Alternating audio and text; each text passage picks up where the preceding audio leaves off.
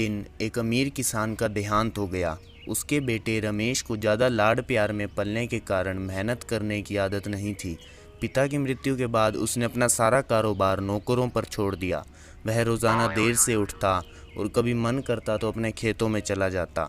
रमेश के ध्यान न देने के कारण उसके नौकर मौका मिलने पर चोरी भी करने लगे, जिसके कारण रमेश का धंधे में भी काफ़ी नुकसान होने लगा।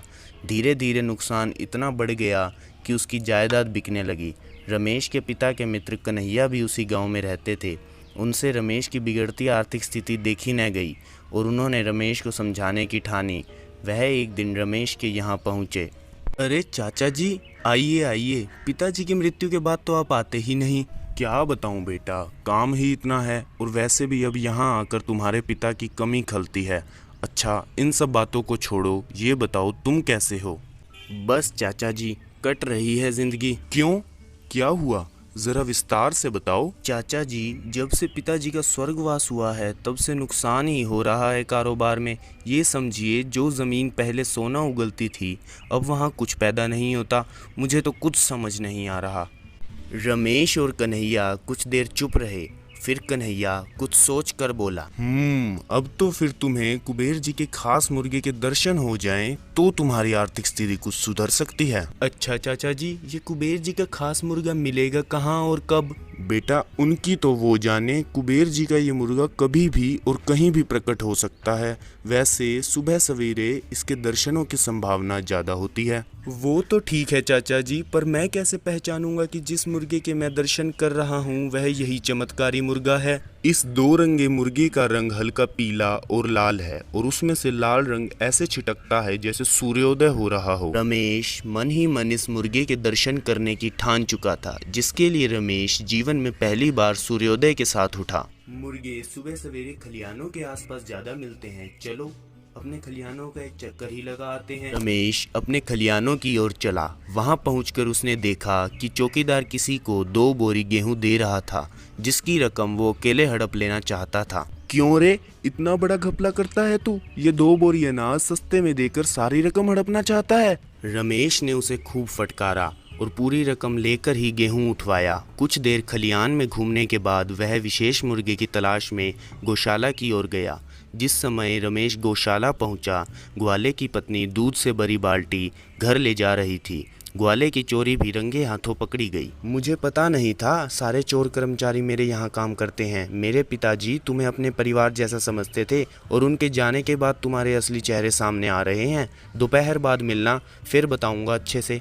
रमेश ने ग्वाले को भी फटकारा, फिर घर लौट आया। हे भगवान, कैसे भ्रष्ट कर्मचारी हैं मेरे कारोबार में। इन पर तो खूब निगरानी की जरूरत है। कुछ विश्राम कर रमेश अपने खेतों की ओर जा निकला।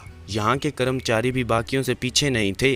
सभी ठाठ से गप्पे हाँक रहे थे और पशु खेतों में चर रहे थे। रमेश ने पशुओं को एक और हाँकना शुरू किया तो उसकी आवाज़ सुनकर सभी मजदूर वहाँ पहुँचे और मालिक को देखकर काफ़ी शर्मिंदा हुए। तुम यहाँ बैठे गप्पे हाँक रहे हो और इन जानवरों को तुम्हारा मालिक हाँक रहा है। तुम्हें गप्पे हाँकने के पैसे नहीं मिलते? रामू काका, आप तो मेरे पिता के लिए भाई समान थे। रमेश ने सबको आड़े हाथों लिया, फिर काम समझाकर वह घर लौट आया। आज तो कुबेर जी के मुर्गे के दर्शन हुए नहीं, कल फिर जाना पड़ेगा। अब सुबह से शाम तक विशेष मुर्गे की तलाश में इधर से उधर घूमना रमेश की दिनचर्या बन गई थी। उसे खोजते खोजते वह अपने काम के सभी स्थानों पर चक्कर लगाने लगा। उसकी उपस्थिति का नौकरों पर अच्छा प्रभाव पड़ा। अब उन्हें चोरी करने का मौका नहीं मिल पाता था। अब वे बैठकर गप्पे भी नहीं हाँक सकते थे। फलस्वरूप काम भी ज़्यादा होने लगा। पता नहीं कब मिलेगा ये विशेष मुर्गा। विशेष मुर्गे को खोजने के लिए वह सवेरे जल्दी उठ जाता, जिस कारण उसके पास काम देखने के लिए भी काफ़ी समय होता। अब वह हिसाब किताब की भी जांच करने लगा। हज़ारों रुपयों के घपले सामने आए। नौकरों पर नज़र अब और भी कड़ी हो गई। धीरे धीरे उसकी आर्थिक स्थिति भी सुधरने लगी। बेची ज़मीन अब वापस खरीद ली गई।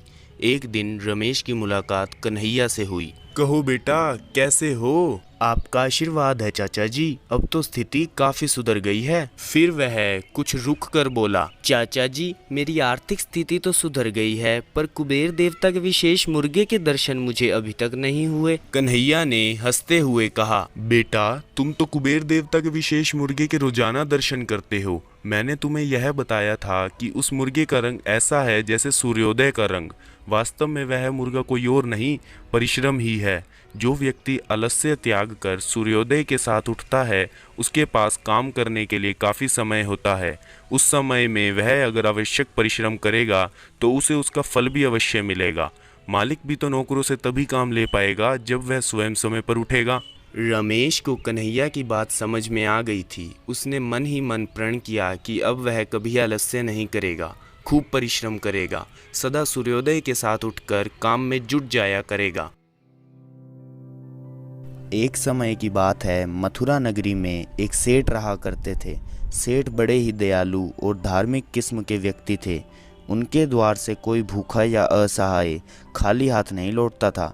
वे उचित व्यक्ति को ही दान देते थे। एक दिन जब वे पूजा पाठ से निवृत्त हुए तो उनके द्वार पर एक भिक्षुक ने भिक्षा की गुहार लगाई। सेठ जी तुरंत उसके पास गए। अरे सेठ जी, कुछ दान मिलेगा, भगवान आपका भला करेगा। सेठ जी ने उसको सिर से पांव तक ध्यानपूर्वक निहारा और बोले, अरे भाई, देखने में तो तुम हष्ट-पुष्ट जवान युवक लगते हो और भिक्षा मांगते हुए शर्म महसूस नहीं होती? शर्म किस बात की, ये तो हमारा खानदानी धंधा है, तो मैं और कुछ क्यों करूं? क्यों भाई, कहीं कोई मेहनत का काम नहीं मिलता तुम्हें? काम तो बहुत मिलते हैं, पर बताया ना, यह हमारा खानदानी धंधा है। मेरे बाप दादा भी यही किया करते थे और मैं भी यही करता हूँ। अच्छा, कुछ पढ़े हो? अरे कहाँ सेठ जी। मेरे यहाँ रात को चौकीदार की नौकरी करोगे? अरे राम राम सेठ जी, चौकीदार जैसा नीच काम कतई नहीं सेठ जी, कतई नहीं।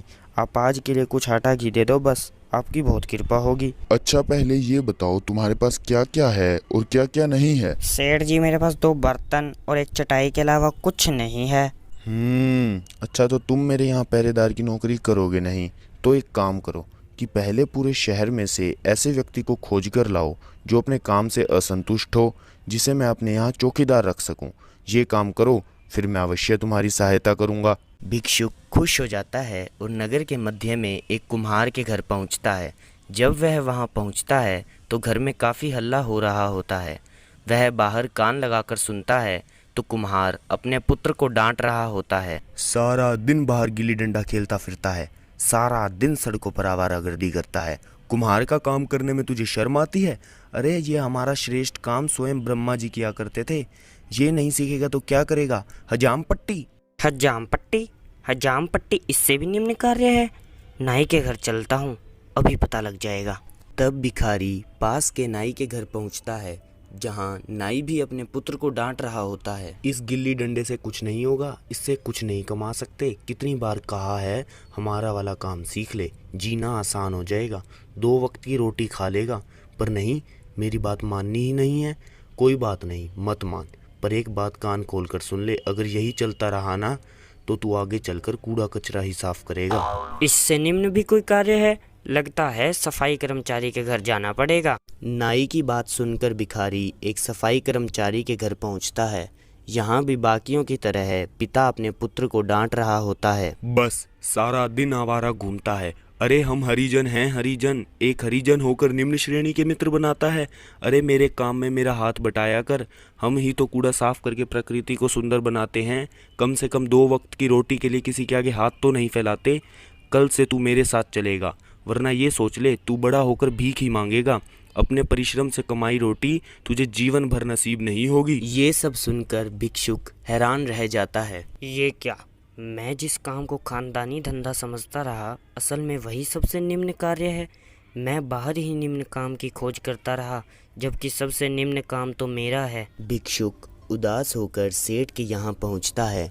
सेठ उसे देखकर सब समझ जाता है। मुझे माफ़ कर दो सेठ जी, मैं चौकीदारी करने को तैयार हूँ। ये कटोरा अब तुम्हारे किसी काम का नहीं, आओ मेरे साथ। सेठ भिक्षुक को बाजार ले जाता है और वहाँ उसके दोनों बर्तन बेचकर एक कुल्हाड़ी और कुछ आटा लेता है।